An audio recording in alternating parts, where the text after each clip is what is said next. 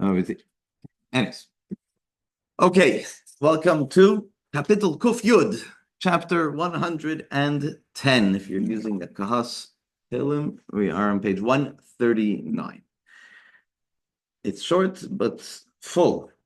Okay, let's do it once, and then we'll come back a second time. We'll do it once with a basic translation, and then we'll come back a second time. David, by David, Mizmar Esam, Ni'um Hashem, Hashem said, La'adoini, to my master, Shave liyamini, sit to my right, ad oshis oyevecha, until I make of your enemies hadoim liraglecha, a stool for your feet.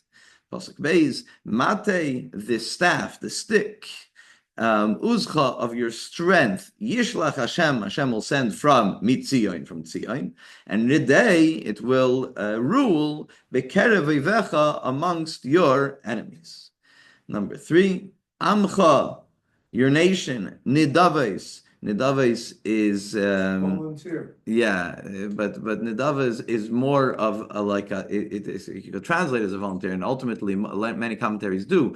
But Nidava is like a donation. So your nation, donations, you know, b'yoyim cheilecha, on the day of your war, behadrei kodesh, on the sanctity that's, you know, like above. Meilechem, from the womb, Mishchar, emerged, Lecha, for you, Tal, do Yaldusecha, of youth. Confused yet? Good. Pasuk Dalet.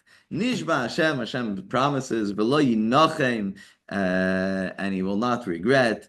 Ata koyin la'olam, you are a koyin, a priest forever. Al dibrasi, for my words, or my saying, or what I said. Malki tzedek, Malki, you could translate it in multiple ways, whether it's talking about Malki tzedek, that's talking about a Chumash Bereshis, or Malki, my king, tzedek, which is righteous. Pasuk Hey, number 5, Hashem al yamincha, God on my right.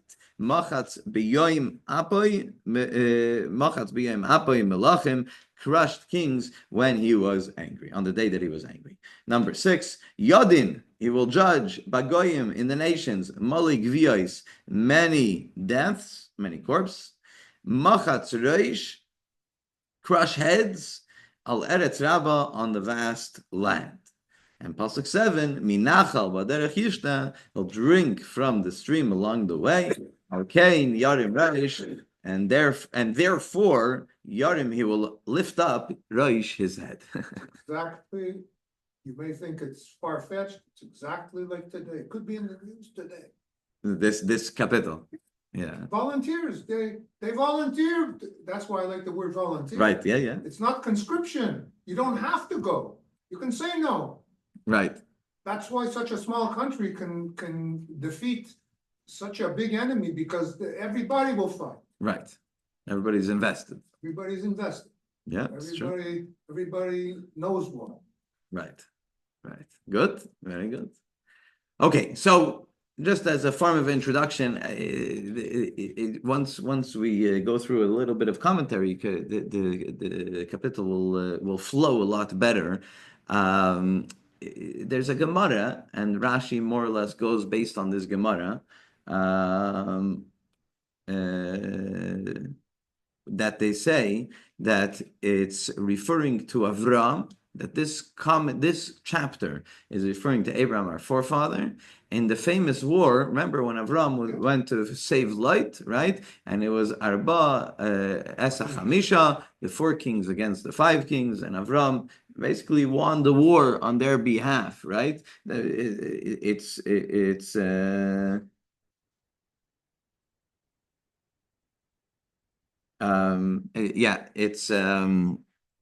something that something special and something unique about Avram. So we're going to see how it comes in, because Rashi goes with that approach based on a Gemara. The Radak, he actually quotes about Malki Tzedek.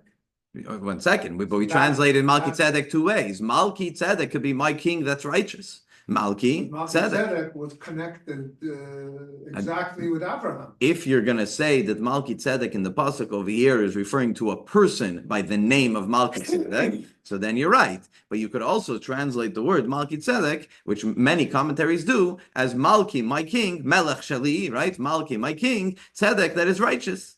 That's that, and then it's not referring to the guy that's in the story of Avram. But yeah, that's the Radak, and that's why I'm mentioning it, because the Radak in the name of Ibn Ezra and others, they say that no, it's LeDavid Mizmar. It's a psalm by David, and David said this psalm when he was in the beginning of his kingship, when he had a special war with the Philistines, with the Pelishtim, and this is the story of his war with the Pelishtim and how Hashem helped him, etc., etc. So that's the approach of the Radak and many others.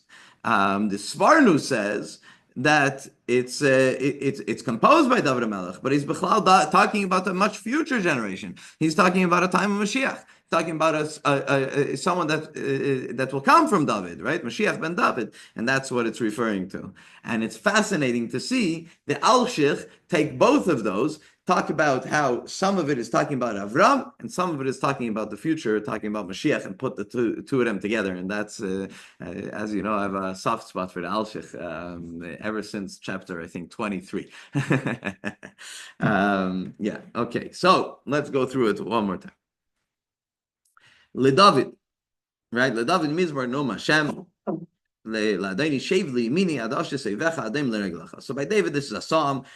This is the words of Hashem. So first of all, sit to my right side, and I will crush until I crush your enemies. That's basically what the first pasuk is saying.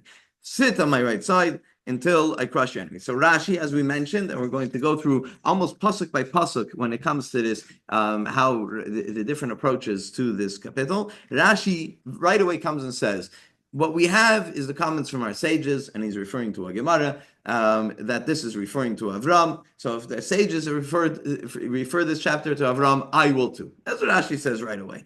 And he says, one of the things that makes him say that, so to speak, is the word Adoni.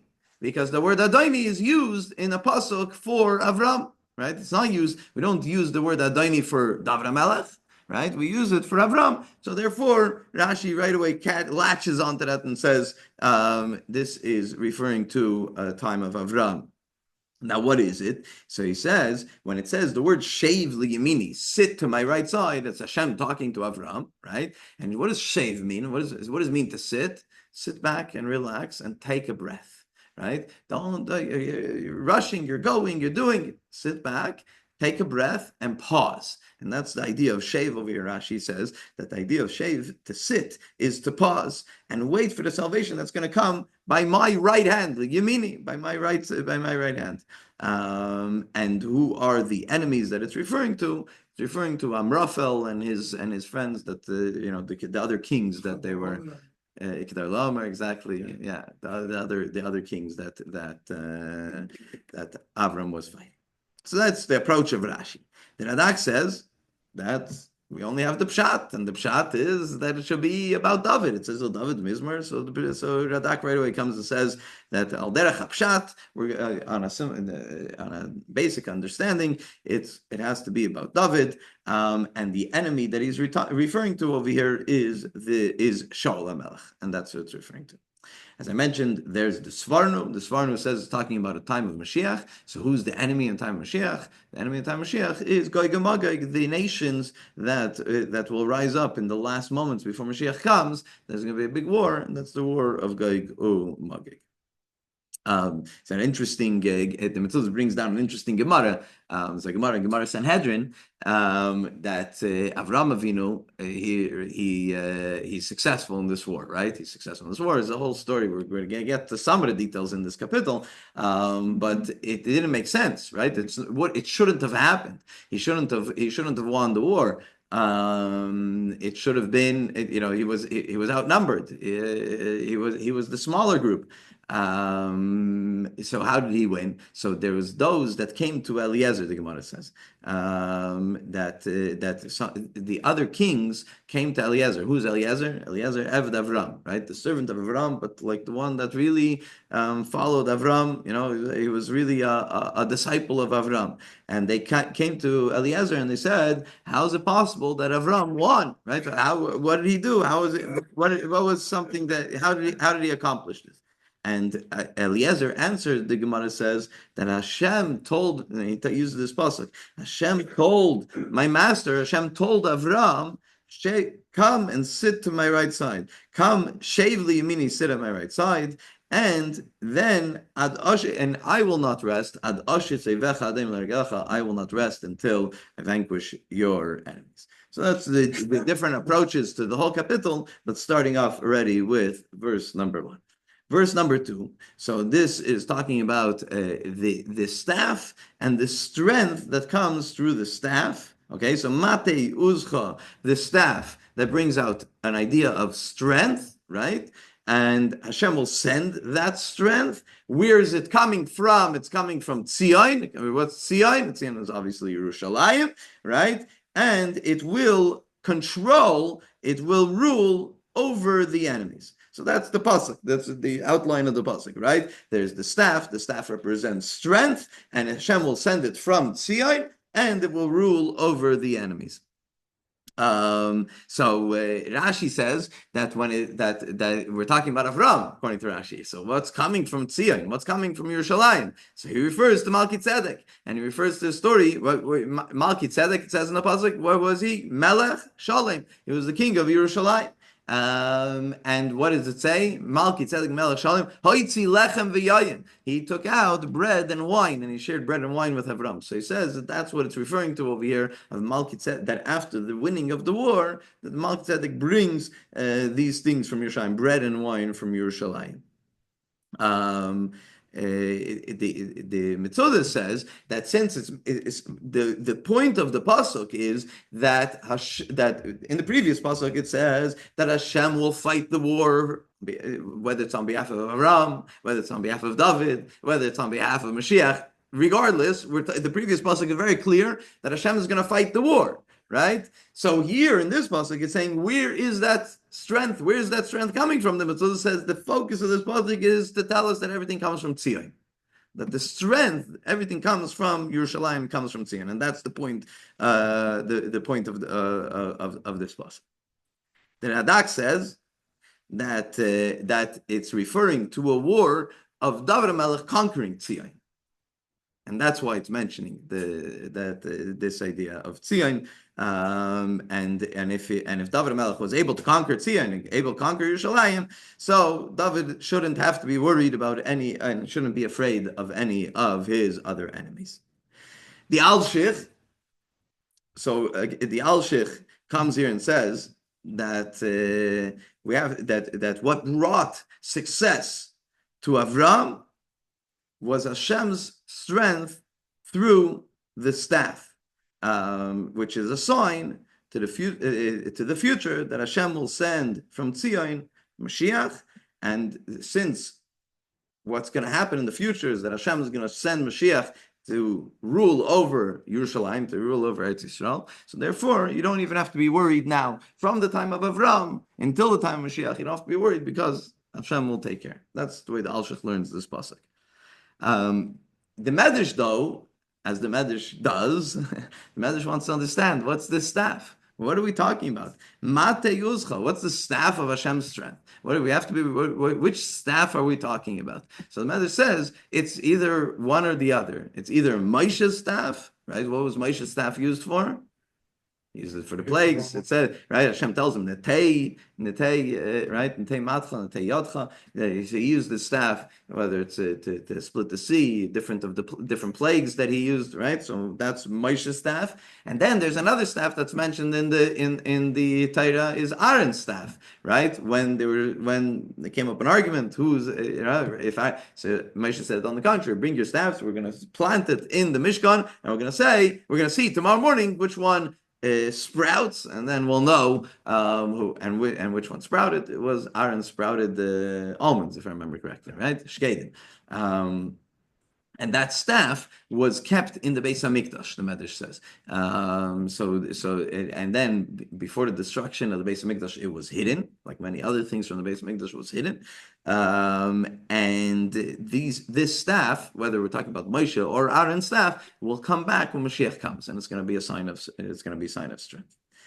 So that is pasuk Beis number 2. Number 3. So we're going to go with your translation, Philip Taka, that the people volunteer, they come willingly, right? Over here he says willingly, but this is an idea of volunteerism. When it's a day of fighting, when it's a day of chayil, when there's a war going on, they come in a place of holiness, and from the beginning of days, meaning from the womb, you have a certain dew of youth.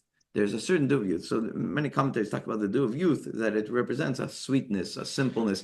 It's we were talking about this on Shabbos, right? The rain. It's like, you were talking about how, and you're right, rain is so important. If not for the rain, our crops won't grow. But then again, if you're walking to shul or home from shul on Shabbos is not so bad. To shul is a little bit more annoying, right? Because they have to sit in your wet. But you go out, if it's on the way home, not so bad. You could change when you get home. But not everybody appreciates rain. It's a fact, right? Not everybody appreciates rain. But dew, nobody has a problem with dew, right? Dew is something like, and it serves a similar purpose. It's not as powerful as rain. It's not, right, but dew also has that purpose of giving liquid to the plants, etc. Right? So he's saying that that's something that across the board everybody appreciates. So everybody appreciated you from your youth, just like people appreciated dew. I saw that in a few different commentaries explaining it that way. So I just wanted to mention it even before I mention any of the commentaries. Speaks to me desirable. This characteristic to volunteer, be willing, not only to volunteer in majestic holiness, desirable from birth. From birth. Oh, your fathers even, you're right. You're following a tradition. From when you were born, you already had it in you, this characteristic. Right. Very good. Okay, so now let's go into the different commentaries, because they put it into the different stories, as we mentioned, right? So Rashi right away comes and puts it into the story of Avram. So Avram, when he went and he was going to fight this war to get back light, but in general for the injustice, really, this is the age-old. It started with Avram, our forefather, that Jews care about injustices in the world. We see that Avram already did this, right? When 5 nasty kings take over 4 other kingdoms, he went and he fought against them to bring peace and harmony to the world. And since then, Jews have been at the forefront of these kinds of ideas. But Avram, what does the pasuk say? It says he took Chanicha of Yili de Beisa. He took his immediate family to fight, right? And then what? He didn't get. Then it says there was an army. There was an army that fought with Avram. Who are they? Oh, that's the story of that. Those who he told, you got to come with me because you're part of my household. Yeah, of course they're coming. That's what they do. They follow whatever Avram is going to tell them. But then there's the volunteers. Then there's those that say, "Oh yeah, this is the side that I would like to be on." And that's Aner, Eshkel, Mamre, right? The others that joined along. And Rashi says that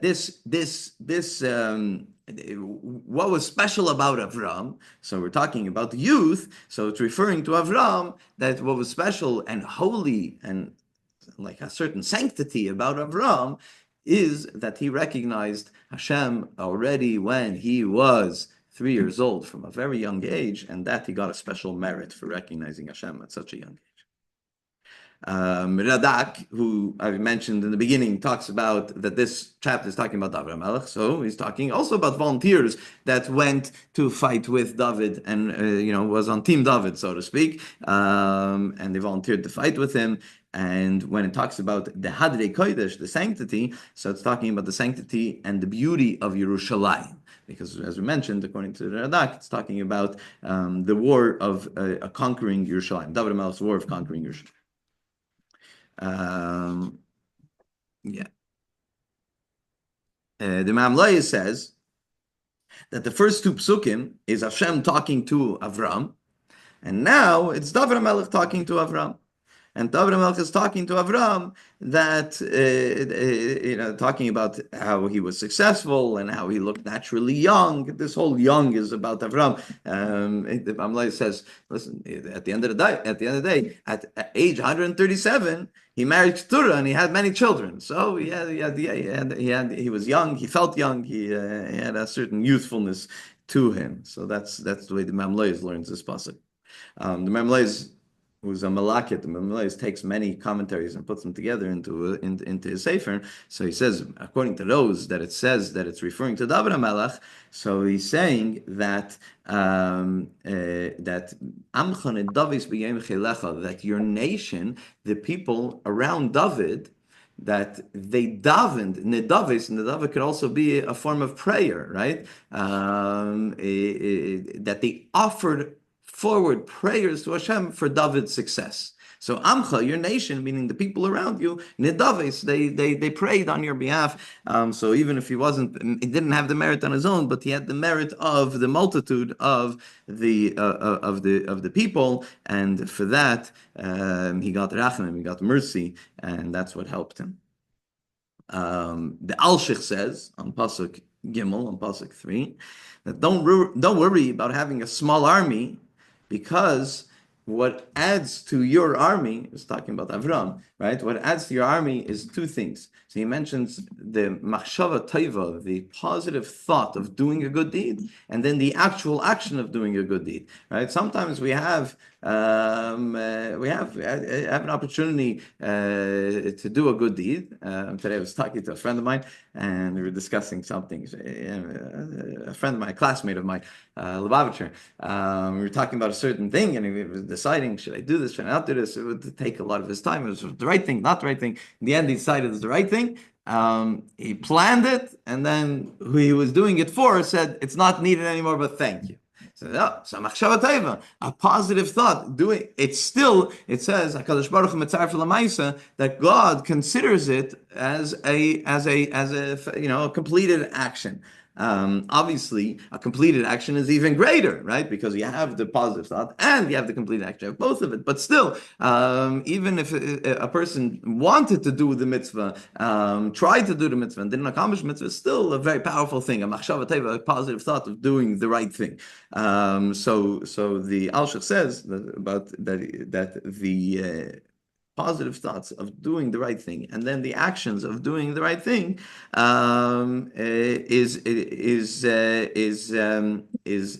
these are aspects that have helped Avram be successful. And then he talks about Meirech and Mishchar, about the womb, about being emerged from the womb, meaning at a young age. This is just like Avram, ever since he was young. Well, what does it mean, ever since he was young? Even at time when he was born, right away, the stargazers right away told Nimrod that Avram is troubled, right? And Nimrod already wanted to kill Avram right away. He had to go into hiding. The Medrash talks about this. The Medrash says that he was hidden underneath hidden underground, and what he survived on was the dew, not the physical dew. There's something from the Eibush, there's something from God to make sure that he survives. So that is a reference to Avram, and just like it happened to Avram back then, so too it will happen to the Jewish people in the future. Referring to Mashiach. Pasuk Dalet, number 4. Nishba Hashem. Hashem commits. There's a commitment. There's a sworn commitment from Hashem. V'lo yinachem, and he won't go back on this. He won't regret. And ata kohen lo'ilam, you're always going to be a kohen. So what does a kohen mean? So a kohen, you can translate as like a kohen, a priest, right? It gets the first aliyah, or it gets truma in the times of the temple, works in the Beis Hamikdash. But kohen also means a certain place of leadership. And that's also something that you could think about when you use the word kohen. Al dibrasi, the pasuk says, Al dibrasi, on my words, Malki Tzedek, which Malki Tzedek will get to, right? So Rashi says that it's referring to Avram, and it's a very straightforward pasuk then, right? It's the easiest pasuk that Rashi has on this whole chapter. The easiest pasuk he has is over here to refer to Avram, because Hashem made a commitment and he won't go back. You're a kohen forever, right? Based on the words Al Dibrasi Malki Tzedek, on the words of Malki Tzedek. What did Malki Tzedek tell Melech Shalem? What did he tell Avram? He said he calls him the kohen lekel Elyeh, right? That's what he calls him. So based on that, you're a kohen, forever, so to speak. So that is the pasuk according to Rashi. The Radak, who says that these verses are talking about David HaMelech, so he says that Kohen is referring to the kingship, that David HaMelech is king, and it will be Lo'ilam, he'll always be forever. And why? Why will the kingdom stay by David HaMelech forever? Because you are Malki Tzedek, you are my righteous king. So that's the way that Radak learns it. The Ramloi is based on Medrash, so he says that he's talking to Avram, and he's saying that when there's a big argument. It says Vayitin Meiser Mikol. The whole story with Malki Tzedek, he gave him Meiser. Who gave who Meiser? Who gave who Meiser? Did Malki Tzedek give Meiser to Avram? Did Avram give Meiser to Malki Tzedek? It's a story for another time. But the Malmulay says that Avram gave tithe, gave 10% or whatever it is, Meiser, to Malki Tzedek. He says that he'll be repaid. Memlez learns in this pasuk that he'll be repaid because his descendants, being a kohen, will get meiser just in as a form of midah connected midah, measure for measure, just like Avram did to Malki Tzedek. So it will go to his descendants. That's a comment from the Memlez, if I remember correctly, based on a medrash. There is. It calls Abraham the Kohen Lekel Elyeh. Yeah, but Abraham responds and calls him the Kohen of all the earth. I think he says one is using Elior. Kohen I don't remember. I have to open up one a Chumash. uses Shemaim and one uses all the earth. So you have to give a Kohen Maser. Right. There's actually there's another medrash. I didn't talk about that. One of the problems of Malki Tzedek is that he praised Avram before he praised Hashem. He says, I can't remember the words of the pasuk in front of me, but it's also one of the issues, and therefore the Kuna goes away from Malki Tzedek and goes to Avram. Anyways, another medrash also connected over here. One of the things that a kohen invalidates a kohen is murder. And even if it was legitimate, even if it was, he was a soldier in the army and he needed to do what he needed to do, it invalidates him as a kohen. So the Al-Sheikh says that all these psukim before are saying that that the whole job that Avram needed to be done wasn't done by him. It was done by Hashem. And that's another proof that it was done by Hashem, because here the pasuk calls him a kohen. So he can't be a kohen and involved in wars and murdering, etc. So the wars were fought by Hashem, as all the psukim previously stated and mentioned. Pasuk A, number 5.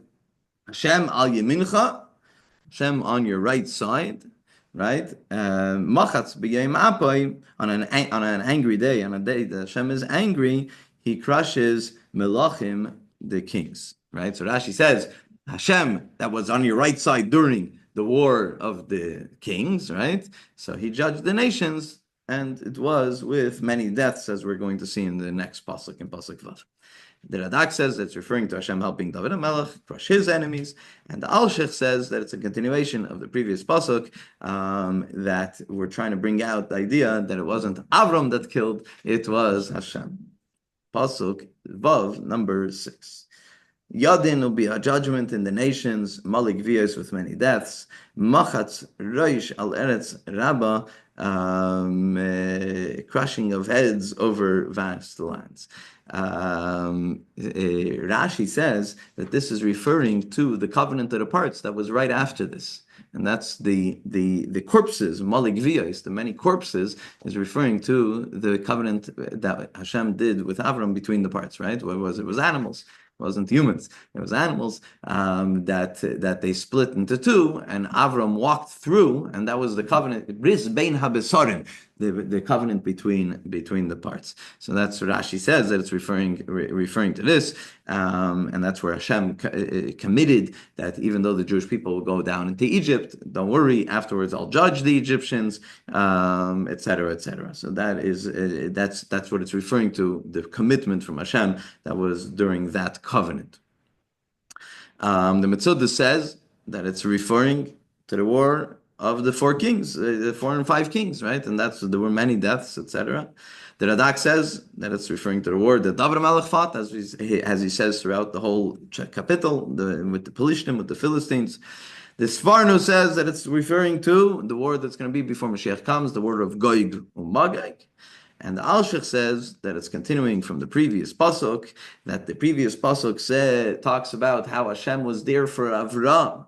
And Hashem was there for Avram and made sure, and it wasn't Avram that did the killing, it was Hashem that did the killing in the war of the 4 and the 5 kings, right? So too, in the future, when Mashiach comes, it's going to be a similar thing, and it talks about Machatz Roish. Roish is referring to Edom, and Eretz Rabbah is talking about Rome. That's Alshich commentary over here, bringing it from Avram to the future, that just like Hashem was there for Avram, so too will he be there for Melech HaMashiach, will be there at the time of Mashiach, in a similar way.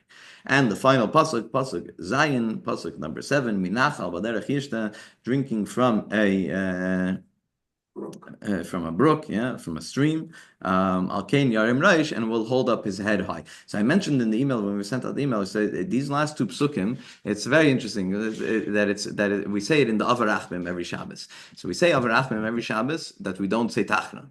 So if it's a day that is for a holiday, like obviously Shabbos we don't say Tachnan anyways, but if it was a day that we don't say Tachnan, so let's say the month of Nisan, or for whatever reason, just like we don't say Tzidkascha by Mincha. So also this is the same idea. We only say Avrachmim. Avrachmim is if you ever look at that, it's a very one of the saddest prayers that we say in davening, and it's to remember. If I remember correctly, it was composed after Tachvatat, the Chalmanetskis and all that from that time, the pogroms and everything, where many Jews were slaughtered, and there was rivers of Jewish blood, and we say Avarachmim Sheichem Raimim Hu Yifke Berachmim Chasidim Vayisharim Kilas Hakodesh.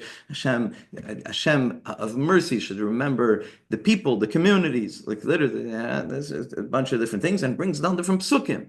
One of the the end of it, the last two psukim are the last 2 psukim that we have over here. That Yadim Bagalim, that this is what happened, and for the people that died Al Kiddush Hashem, to sanctify Hashem's name, they died for one reason and one reason only, because they were Jew.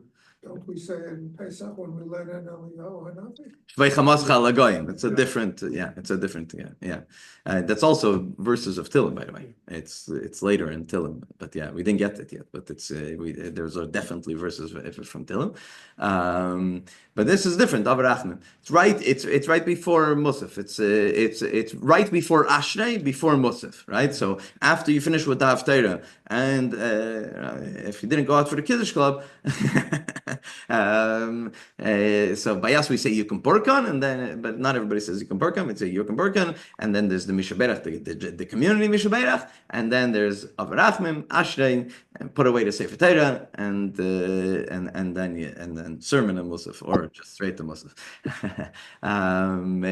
But it was instituted to remember all those communities that were slaughtered in the pogroms, etc., etc. So what we're asking over there is very, very powerful, right? If you look at this pasuk now again from that perspective, we're asking that Hashem should yadin bagoim, that Hashem should judge the nations with maligvius, with many deaths, and the crushing of heads, and we should finally, Alkein Yarim Reish, we should finally be able to raise our heads high and be proud, which is, today, Baruch Hashem, to a certain degree, not a Mashiach way yet, but much better than our ancestors in Eastern Europe. We could to a certain degree hold our heads high. Still have a ways to go, but pogroms took on a different. October 7th was a pogrom that our ancestors never thought could ever happen, right? Anyways, that's so these psukim take on a much more powerful. So with that, we're going to do the final pasuk. So the different commentaries. So he says that Parei. Rashi says that it's talking about Avram. So Avram, we mentioned the previous pasuk, was given the covenant was given the commitment from Hashem that the Jewish people go into Egypt, but ultimately Hashem will take them out and punish the Egyptians, right? And so Menachem B'derech Yishta is referring to Parei saying that I don't need God, I don't know of a God because I just have the Nile is God, right? It's what waters our crops and we're okay. We don't have to worry about rain, and therefore Yarim Reish Parei lifted his head high because I don't have to rely on anybody or anything, or I don't have to believe in a God. The Radak says that it's referring to the war of David with the Pelishtim, that there was so much blood that it was like a stream, and therefore Yarim Reish, that David Melech was able to lift his head in victory. The Svarnu says, talking about Mashiach, talking about the war of Gog and Magog, and the Gog and Magog not having enough water. They're looking for water. They're going Menachal. They're going to the streams looking for water. And even though they've been humiliated, they're trying Yarim Reish. They're trying to lift their heads. And Alshich says that it's referring to David, but not David in the times of David, the future David, the David Melech Yisrael Chavikayim, the Melech Mashiach, the King Mashiach that's going to be coming, that's going to be Zera David, it's going to come from the lineage of David, and that's when we'll be able to, Yarim Reish, that's when we'll be able to lift our head forever, be proud, and be confident, and hold our head high. And with that, we finish chapter 110.